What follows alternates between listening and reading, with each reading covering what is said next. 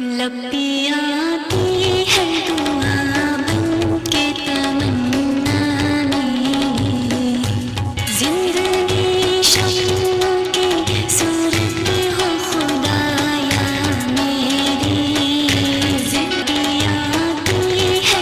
देखिए आज हम आबी नबातात में तवाफुक इसको पढ़ने जा रहे हैं, क्लियर करने जा रहे हैं कि आबी नबातात में तवाफुक किसे कहते हैं, कैसा होता है।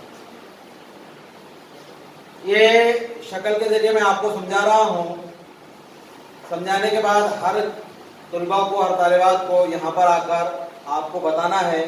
जिस तरह से मैं समझा रहा हूँ उसी तरह से आपको समझाना है। देखिए बहुत इजी है। आबी नबातात में तवाफुक, आबी नबातात की जड़ें, आबी नबातात की जड़ें जमीन में होती है। कहाँ होती है? जमीन में होती है। तना पानी के दरमियान होता है, पानी के अंदर डूबा हुआ होता है। और आबी नबातात के पत्ते और फूल पानी के ऊपर तैरते हैं। कहाँ तैरते हैं? पानी के ऊपर तैरते हैं। और आबी नबातात का जो तना है वो खोखला और लचकदार होता है। कैसा होता है?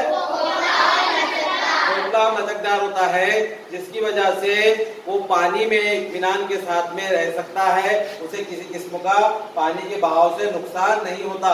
जिधर चाहे ये तना उधर लचकता है, फिर अपनी जगह पर आ जाता है। समझ में आ गया सबके? Very good.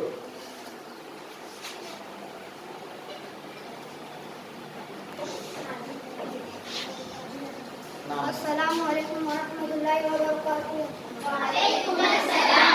जोर से बोलना है। हाँ, मेरा नाम मोहम्मद अवेद, मेरे स्कूल का नाम नगर परिषद उर्दू हाई स्कूल।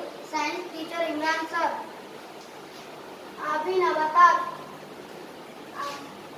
नबातात की जड़ें जमीन में होती है और तना तो पानी के दरमियान में होता है। फूल और पत्ते पानी के ऊपर तैरते हैं। तना खोखला और लचकदार होता है।